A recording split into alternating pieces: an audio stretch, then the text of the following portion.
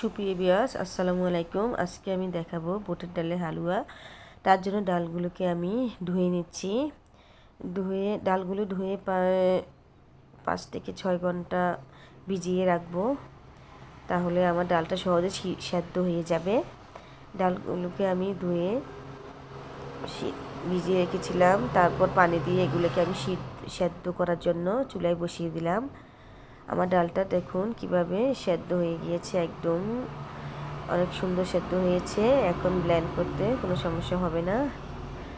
আমি এখন এগুলোকে ঠান্ডা করে ব্লেন্ড করে নিব। ডালটা ঠান্ডা হয়েছে কিনা চেক করে নিলাম। এখন এটাকে ব্লেন্ডে দিয়ে দিব। আসলে বুটের ডালের হালুয়া বা বরফি অনেক সব পছন্দ করে। আমার ব্লেন্ড হয়ে গিয়েছে। এরকম করে আমরা ব্লেন্ড করে নিব। এখন চুলায়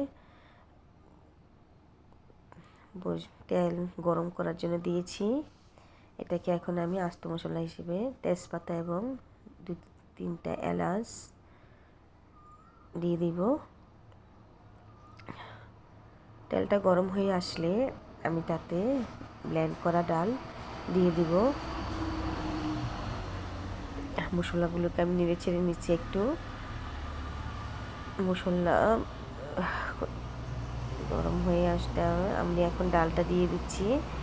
এটাকে নেড়ে ছেড়ে আমাদের এটাকে রান্না করে নিতে হবে। তারপর এক এক করে চিনি এবং দুধ, বাদাম, কিশমিশ এগুলো দিয়ে নিব। আমি চিনি দিয়ে নিচ্ছি। চিনি যার যার পছন্দ মতো, বেশি মিষ্টি পছন্দ করলে বেশি চিনি দিবেন, আর যারা চিনি একটু কম পছন্দ করে তারা চিনি কম দিতে পারেন। এটা যার যার টেস্টের ব্যাপার। আমার কাছে মনে হয় চিনিটা কম হয়েছে, তার জন্য আরেকটু চিনি দিয়ে দিলাম। এখন আবার নেড়ে দিচ্ছি। এখন বাদাম এবং কিশমিশ এগুলা দিয়ে দিচ্ছি।